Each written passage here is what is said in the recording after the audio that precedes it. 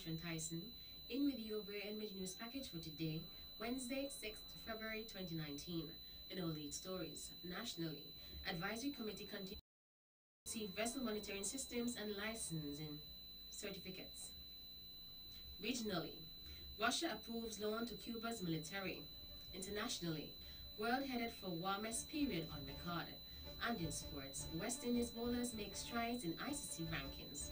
We'll have the details of these and other stories after this message.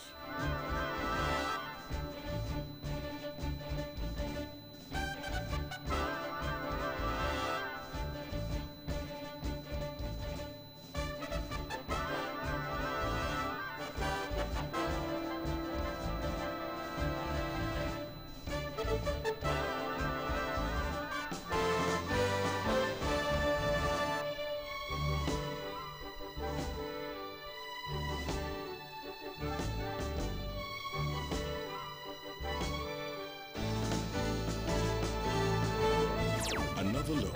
Different from how you've seen it before. Another look. Takes an in-depth look into business, politics, science, technology, religion, and more. Another look. Featuring documentaries from the BBC, regional features, and local ones too. Another look. Every Monday at 3 p.m. on the Eastern Caribbean's powerhouse, Vaughan.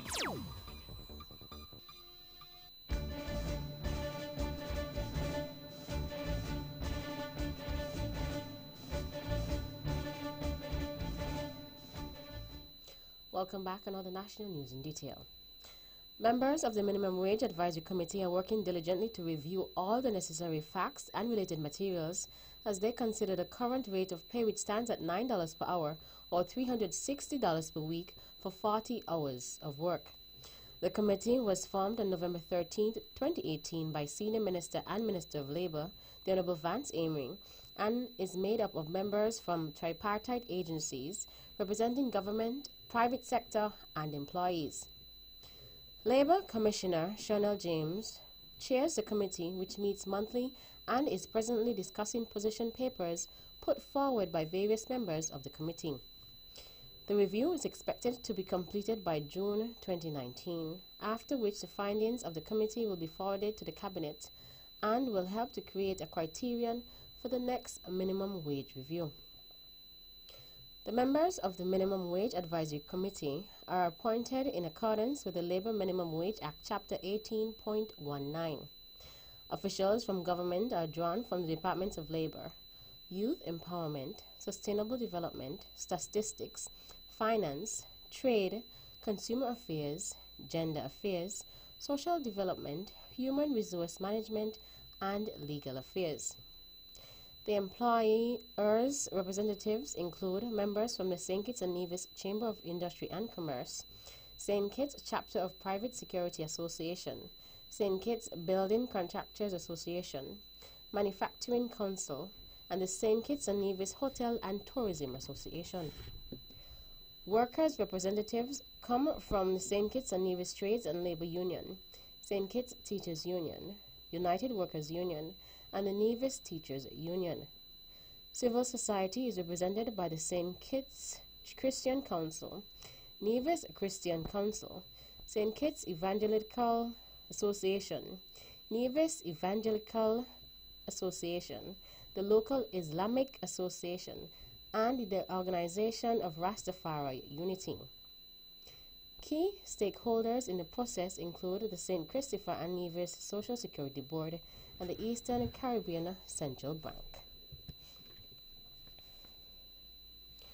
2019 registered fishing boat owners in Nevis will receive vessel monitoring systems and their fishing vessel registration certificates this week. This will take place at the ceremony to be held at the Nevis Disaster Management Department on February 7, 2019 at 9 a.m. A similar activity was held on St. Kitts on Tuesday, 5th February 2019. The feature address will be delivered by the Honourable Alexis Jeffers, Minister with responsibility for marine resources in the Nevis Island Administration. This initiative is a joint effort between the federal government of St. Kitts and Nevis and the Nevis Island Administration to improve the safety and security of fishers at sea. Fishing vessel owners do not have to pay for these vessel monitoring systems, as the government has absorbed an estimated $156,520 for these systems. Fishers are encouraged to continue practicing their profession while doing so in a responsible manner, so that the nation and their families can enjoy the nutritional value and benefits that fish and fisheries products provide. In 2017, there was a basic fisher training course for fishers in the Federation aimed at improving their survival and navigational skills. This year, steps were further taken by introducing vessel monitoring systems to track fishing vessels when fishers are experiencing distress while at sea. A CARICOM delegation led by its chairman and St. Kitts and Nevis' Prime Minister, Dr. Honorable Timothy Harris, is expected to continue its pursuance of a peaceful diplomatic resolution to the ongoing political unrest in the Bolivarian Republic of Venezuela. This at an international conference in Uruguay, which begins on Thursday, 7th February 2019. The CARICOM delegation also includes Prime Minister of Barbados, Mia Mottley, Minister of Foreign Affairs in St. Kitts and Nevis, the Honorable Mark Brantling, and Permanent Secretary of Foreign Affairs for St. Kitts and Nevis, Ms. Kay Bass. Dr. Harris stated in an interview last week that a peaceful end to the volatile situation in Venezuela is in the best interest of all parties. As the CARICOM reaffirmed its position of non-interference and non-intervention in the affairs of states, respect of sovereignty, adherence to the rule of law, and respect for human rights and democracy. Chairman Harris said this position helps to maintain the credibility of the regional bloc as they seek to be honest brokers in a dispute. Police are investigating a fatal accident that occurred just after 2 p.m. on Tuesday, January 5th. It involved motorbike P922, which was owned and ridden by Stuart James David of New River Estate, and pickup truck P2948, which is owned and was being driven by Orville Bartlett of Coal Hill. Investigations so far have revealed that motorbike P922 was traveling from Jindaland and heading towards Charlestown, while pickup truck P2948 was traveling in the opposite direction. Upon approaching Chicken Stone, P922 and P2948 collided. David was pronounced dead at the scene. He was 44 years old. One person is in police custody assisting with investigations into the incident. And quick action by the Charleston Fire and Rescue Services was able to contain and put out a fire in the Morning Star area on a Monday night. On the arrival at the scene just after 10 p.m., a wooden structure housing Sherma's nursery was partially ablaze. The fire is said to have affected the back section of the structure. The government is initiatives with hopes will strengthen its citizenship by investment CBI program, which in recent times have come under the microscope and forced to deal with allegations of suspected fraud in the program. Attorney General, the Honorable Vincent Byron, attended an agreed forum with economic citizens and agents in Dubai last week that the government of citizenship CBI escrow accounts bill. The CBI escrow accounts legislation passed in November 2017 provides guidelines relating to escrow accounts and agreements on the CBI program. An escrow CBI program is a short-lived trust arrangement which is the main mechanism for the consummation of real property sales. An escrow agent is a third party responsible for oversight of the funds whilst the buying and selling process is being undertaken. Chief Executive Officer of the Citizenship by Investment Unit, CIU, Mr. Les Khan, stated that the new legislation will significantly strengthen the program by paying particular attention to construction and the payout of funds in escrow. He said that the new legislation will tighten the government's position and will ensure that applications placed for real estate will be used for construction. The St. Christopher and Nevis Citizenship CBI Escrow Accounts Bill 2017 contains a clause that identifies who would be allowed to be CBI escrow agents in St. Kitts and Nevis.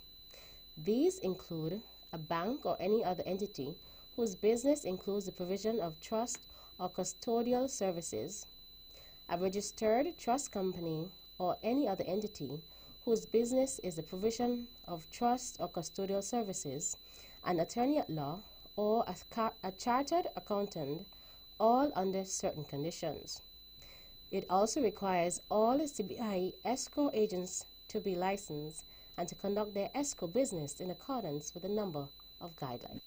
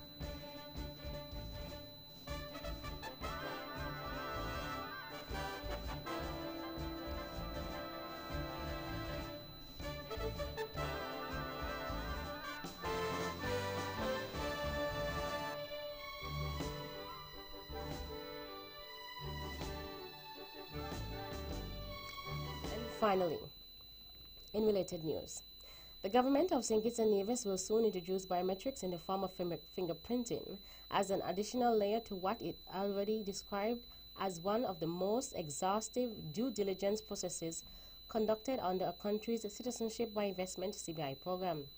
The imminent introduction of the biometrics to the country's program was one of the highlights of a recent meet and greet with economic citizens and agents in Dubai on Monday, January 28th. Chief Executive Officer of the Citizenship by Investment Unit, CIU, Mr. Les Khan, said that the necessary legislative framework is already in place for the introduction of biometrics. He said once implemented, St. Kitts and Nevis will be the only CBI jurisdiction in the Caribbean that utilizes fingerprint biometrics in a digital format. That's the national news segment. You can visit our website at www.vomedia.com or check us out on Facebook at Van Radio and our Van Radio YouTube channel. News from across the region is next.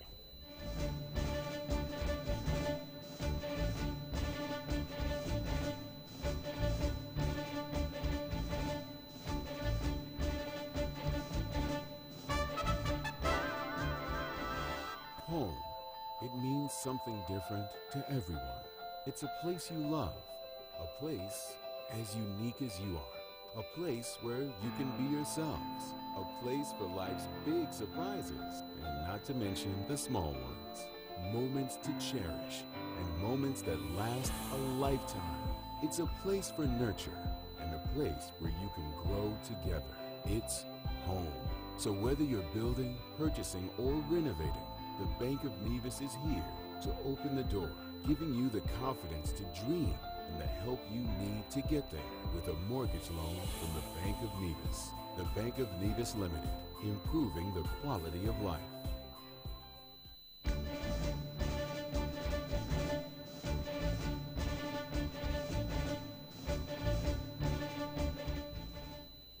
Welcome back. Another regional news in detail.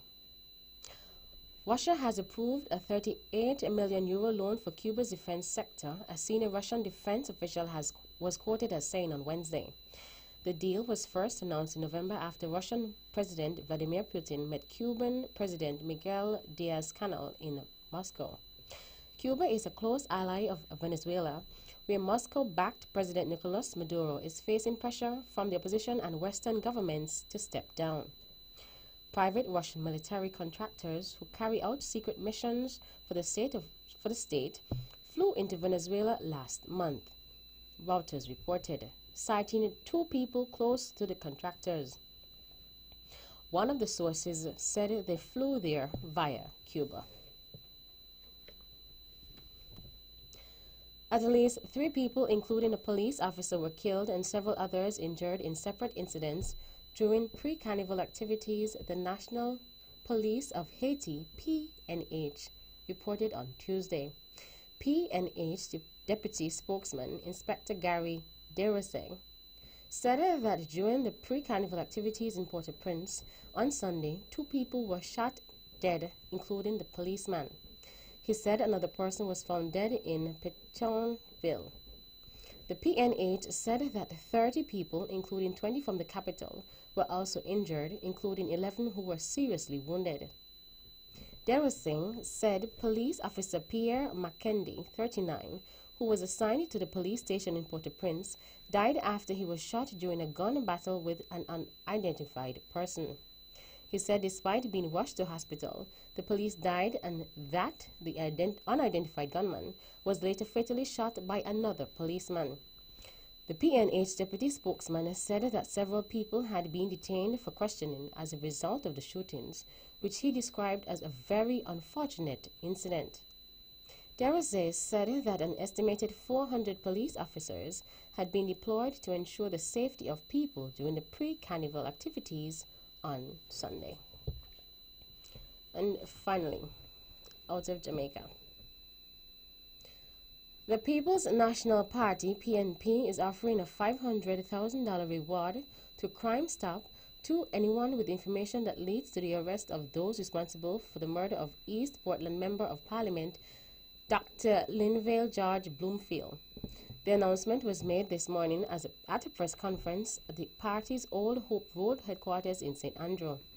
Bloomfield's body was found with multiple stab wounds inside his house in Parsling Gardens, Portland on Saturday. PNP General Secretary Julianne Robinson said in addition to the reward, the party will also be having a series of events to honor Bloomfield's service to his community, constituency, and the nation. Robinson said the party has been receiving messages of commemoration and condolences from fraternal organizations and governments across the region, adding that the MP's murder is one in a series of wanton acts of criminality across the country that leaves too many individuals and families in mourning and robs the nation of its best potential. That's it for original stories. Stay with us for news from around the world.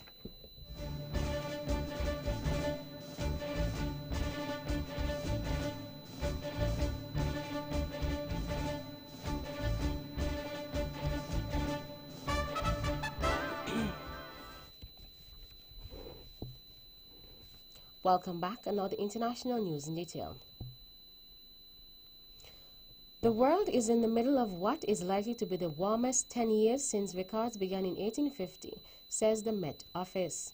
The World Meteorological Organization is forecasting that temperatures for each of the next 5 years are likely to be at or above 1 degree Celsius compared to pre-industrial levels.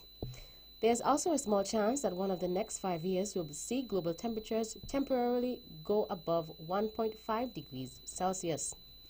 If the data matches the forecast, then the decade from 2014 to 2023 will be the warmest in more than 150 years of record keeping.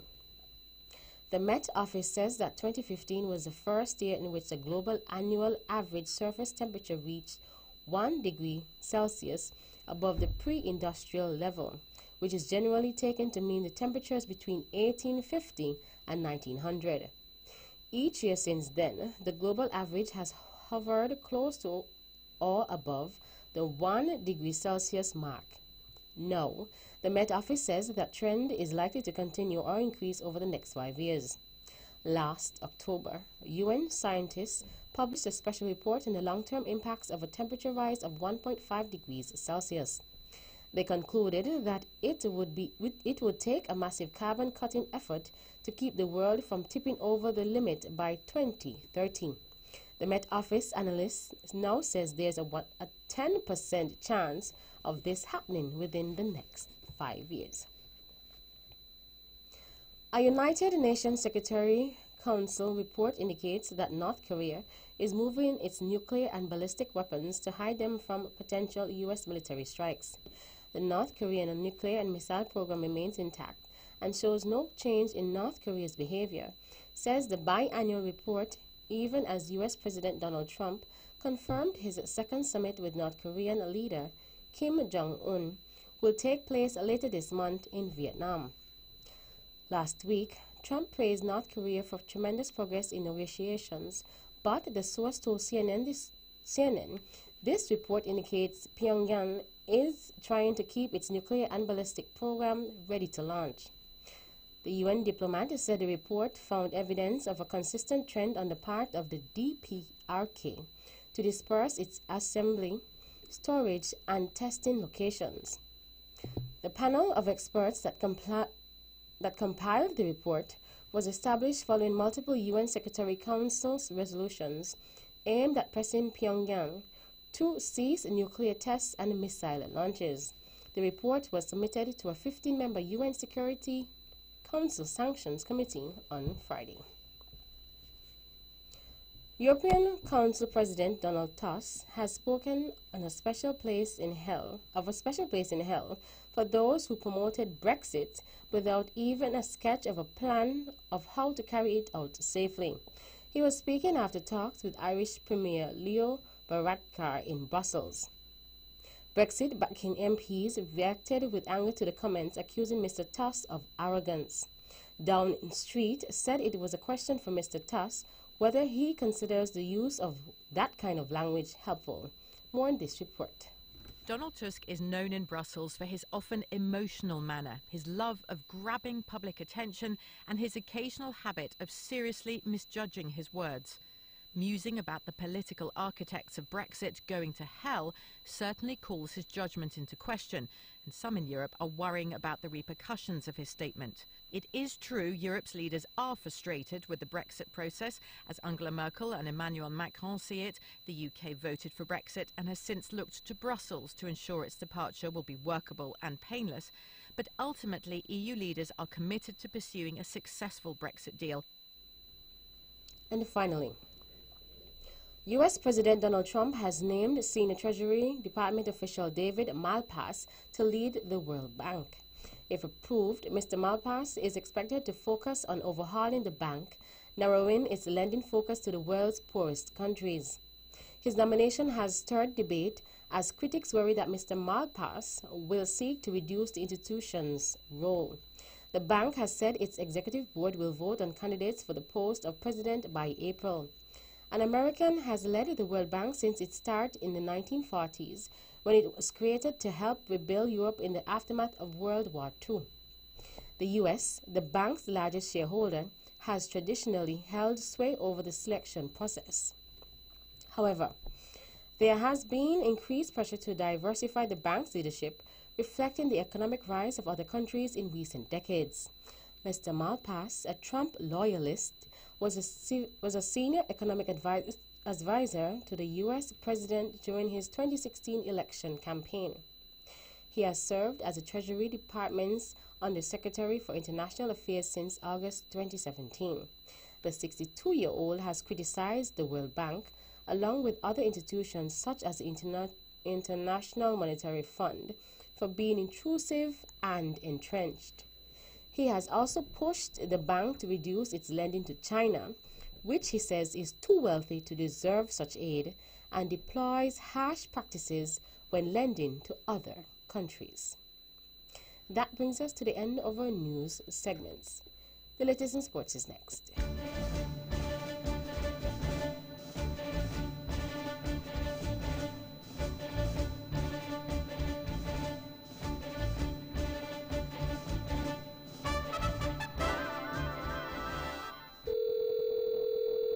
Hello? Hello? Hello? Yes? You know when I call you there's something happening at TDC, right? Tell me quick. The TDC Home and Building Depots are showing us love in February. All month long, they're promoting their heart-healthy products. This includes gym equipment, juicers, blenders, yoga mats, and so on. Plus, every Saturday, you can get your free in-store heart-healthy checks done. Really, girl? Yes, and keep fit every Tuesday afternoon during their heart-healthy series at the TDC Clubhouse on the Frigate Bay Road. Culturama, body in progress. Well, I don't want to miss out, so we must go by TDC Home and Building Depot this month.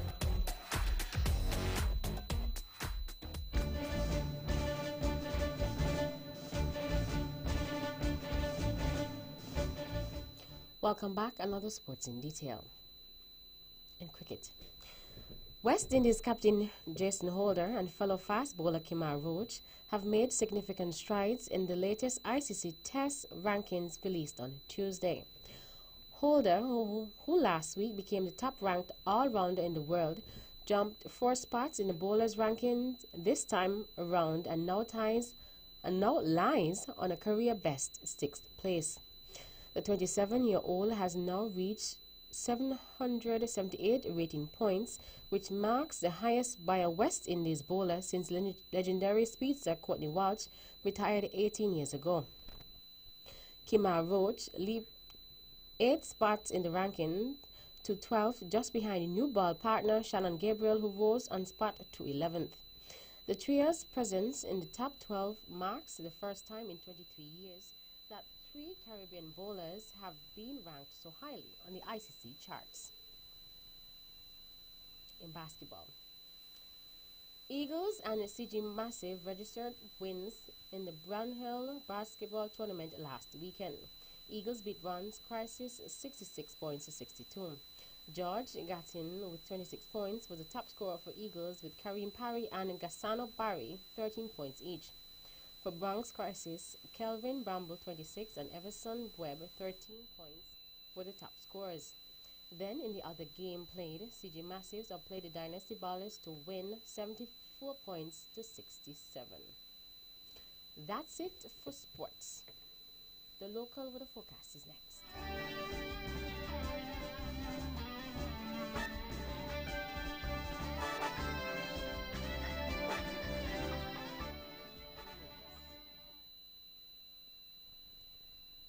Weather tonight will be fair to partly cloudy and cool conditions with a 40% or moderate chance for some light evening and overnight showers. Weather tomorrow, there will be partly sunny skies tomorrow with a 20% or slight chance of an early morning shower. Winds are southeast at 7 to 19 kilometers per hour or 10 to 10 knots, becoming variable or calm overnight.